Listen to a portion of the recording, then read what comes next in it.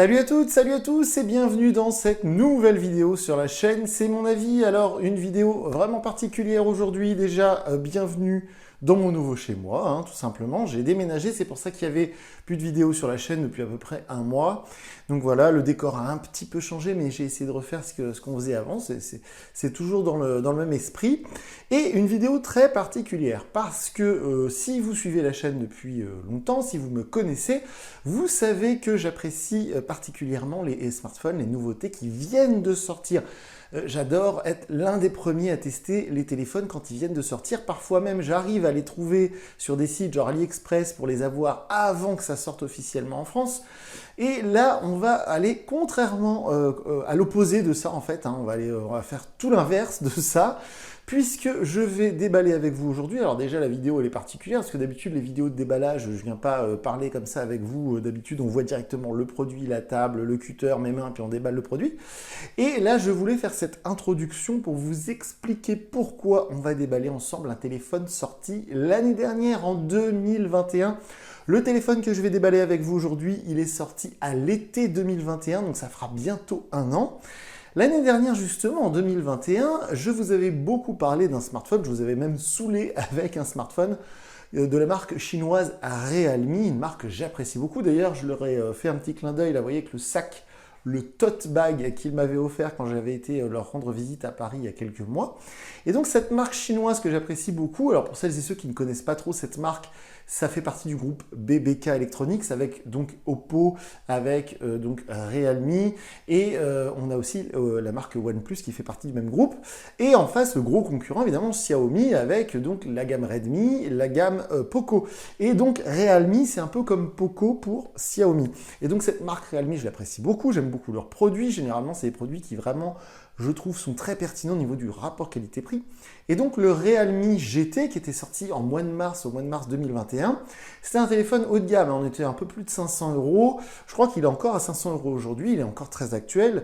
Il a un processeur vraiment super performant qui est le Snapdragon 888, il fait évidemment la 5G, on a un écran super AMOLED, il est léger, il a tout pour plaire, ce Realme GT.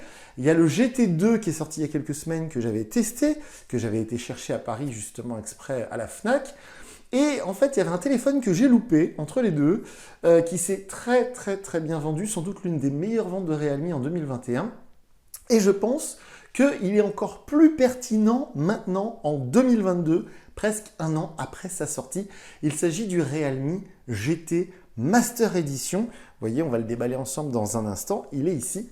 Alors ce téléphone, en fait, moi je l'ai loupé parce qu'il est sorti au mois de juin de mémoire, ou peut-être au mois de septembre 2021. Et j'avais testé le grand frère, le GT. Et en fait, les deux téléphones, au niveau de la fiche technique, sont quasiment identiques. C'est juste que celui-ci, il a un processeur un peu moins puissant. Il va avoir un petit peu moins de mémoire vive, parce que là, on est sur la version 6 Go, mais enfin, franchement, à titre perso, ça va pas me gêner. Il y a des toutes petites différences. Il n'y a pas de haut-parleur stéréo, mais ça, on va y revenir.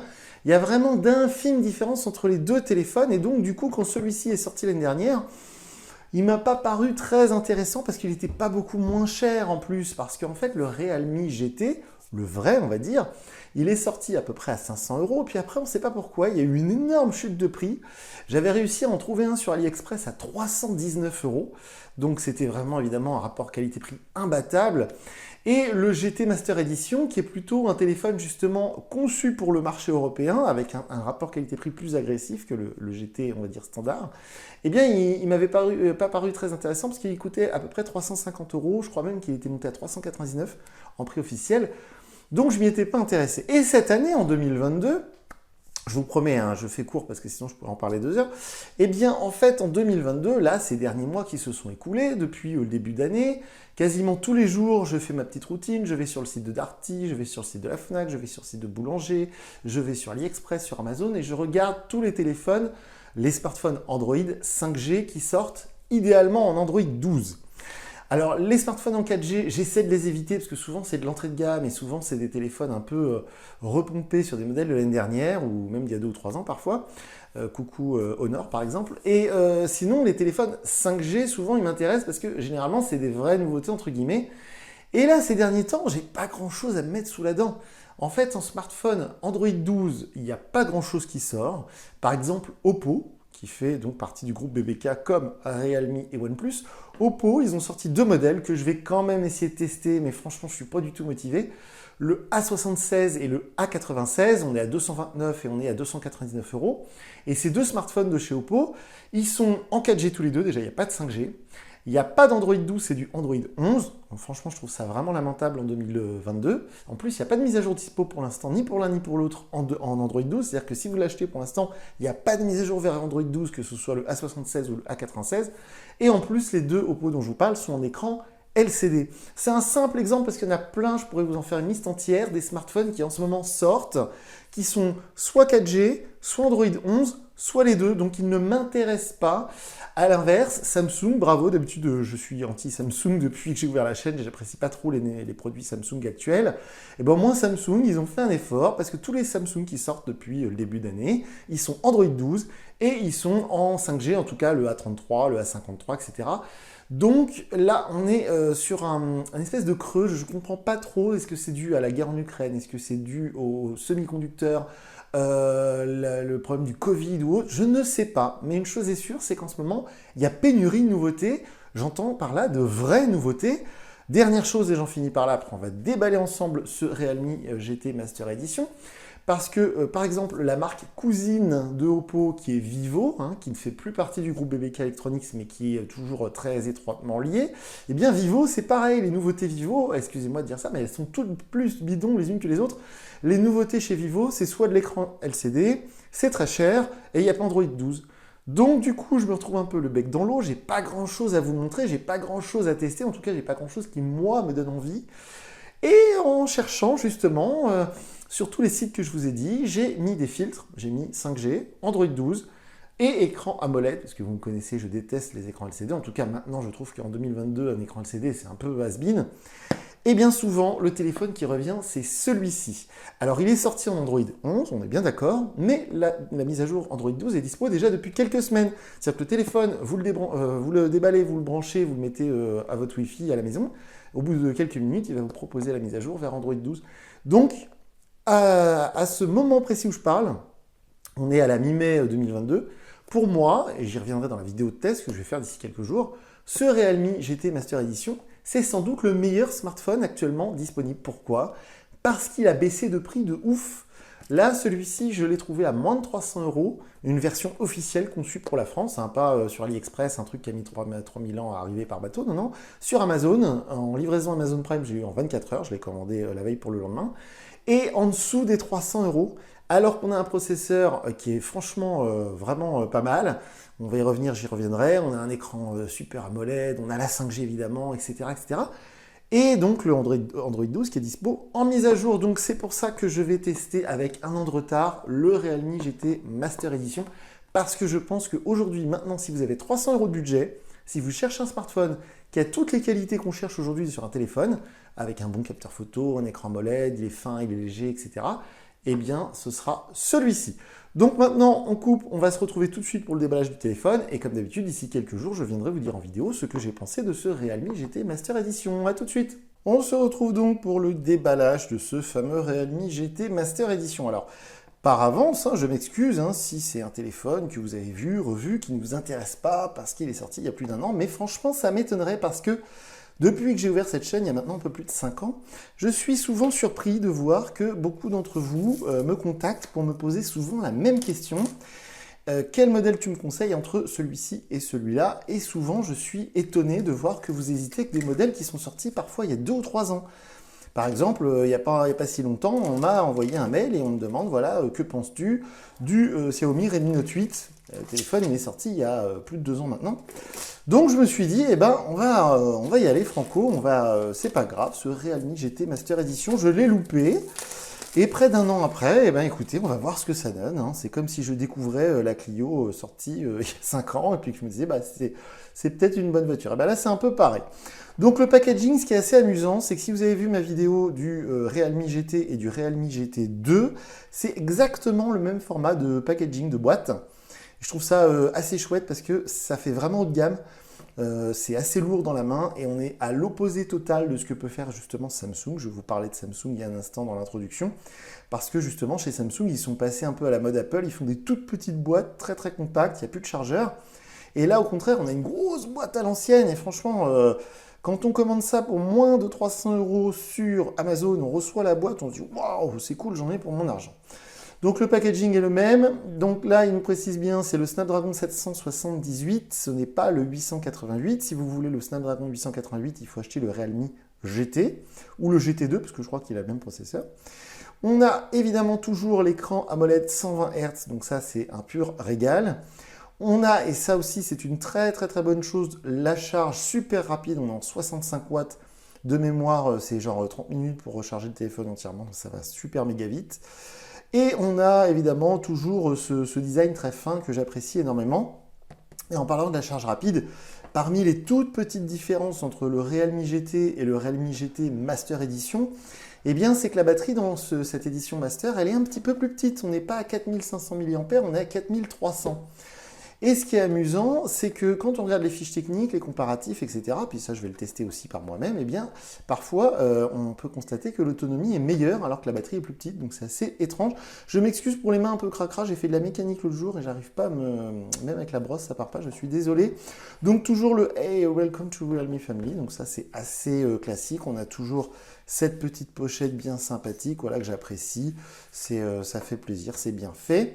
Ça ressemble beaucoup, hein, je suis désolé de dire ça parce que quand je dis ça, les gens de chez Realme ne sont pas très contents, mais ça ressemble beaucoup à ce que faisait Poco ou OnePlus, tout ça avec le petit mot qui va bien, toujours assez sympathique. Donc évidemment, Realme c'est une marque qui s'adresse plutôt aux geeks, c'est plutôt, on va dire, voilà, une marque qui privilégie évidemment toujours le rapport qualité-prix, qui va être un peu moins présent sur, on va dire, les marchés traditionnels. C'est pas des téléphones qu'on va trouver, par exemple, chez Orange avec des forfaits. C'est plutôt des téléphones qu'on va avoir sur des sites spécialisés, genre AliExpress, Amazon, etc. Donc toujours la coque fournie, qui est assez chouette. Ce Realme GT Master Edition, alors visiblement, il est designé par celui qui avait fait le Realme GT2, qui est un expert de l'origami, ou je sais plus comment on appelle ça. Donc ça, c'est chouette. Et le téléphone en lui-même, on va le regarder dans un instant, mais il est du même acabit. Là ensuite, on a quelque chose de vraiment important et de vraiment cool, et malheureusement qui est amené à disparaître dans les mois, dans les années à venir. C'est l'adaptateur secteur, j'allais dire le chargeur, hein, communément on appelle ça le chargeur.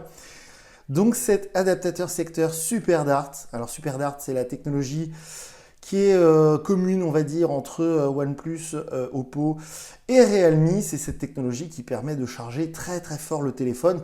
Comme je disais tout à l'heure, c'était marqué sur la boîte, on est à 65 watts. Ça charge super fort, ça charge super vite. Alors évidemment, je précise souvent, et c'est vrai que l'USB type C, là ces derniers temps sur les réseaux sociaux, on nous annonce que peut-être le futur iPhone sera en USB type C et non pas en Lightning. Alors c'est vrai que l'USB type C, on s'y est fait, on a plein d'accessoires en USB type C, c'est devenu une sorte de standard.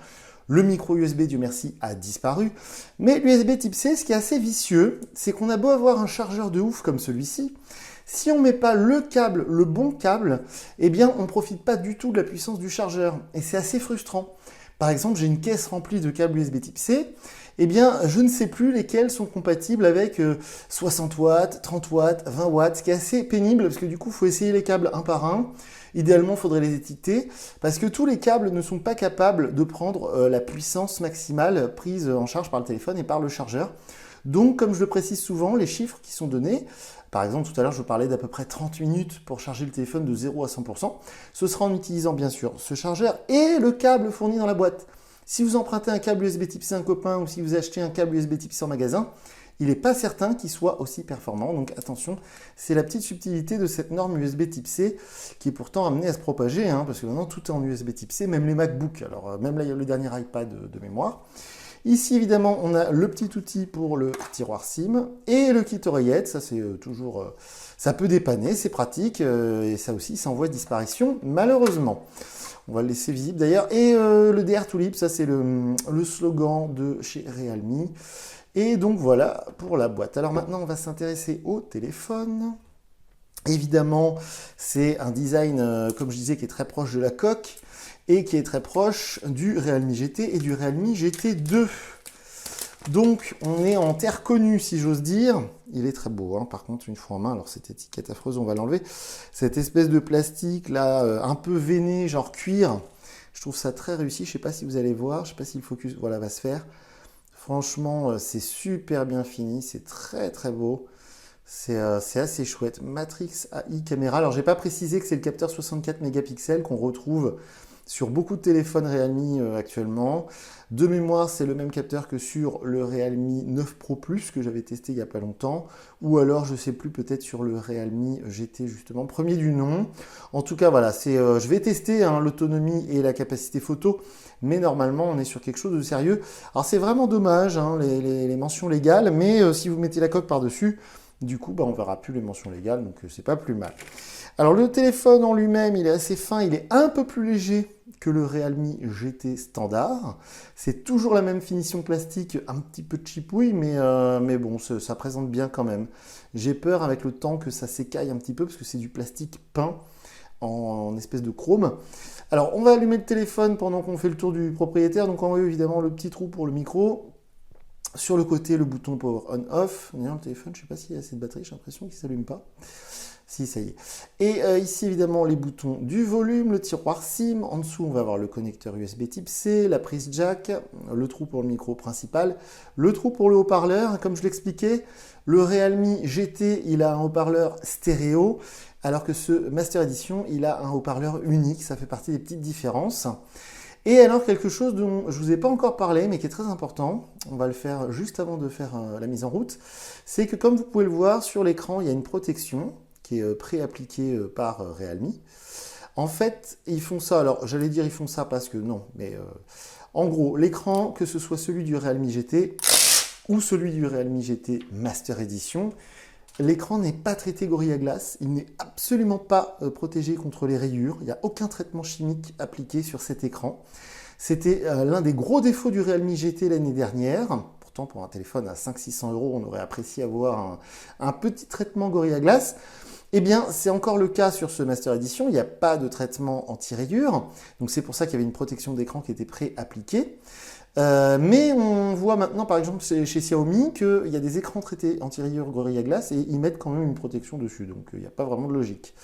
On va mettre en français, voilà, alors je ne vous ai pas précisé non plus que, bien évidemment, c'est un lecteur d'empreintes qui est sous l'écran, hein, ça c'est une technologie qu'on ne peut avoir que sur les écrans AMOLED, hein, donc ça c'est vraiment chouette. On n'a pas de lecteur d'empreintes sur le côté, hein, ça c'est plutôt cool.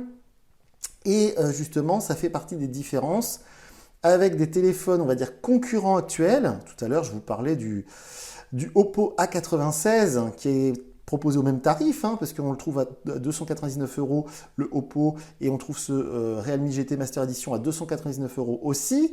Et sauf que celui-ci, contrairement au Oppo A96, il a l'écran Super AMOLED, il a la 5G et il a le lecteur d'empreintes sous l'écran, alors que chez Oppo, on va avoir un bouton sur le côté.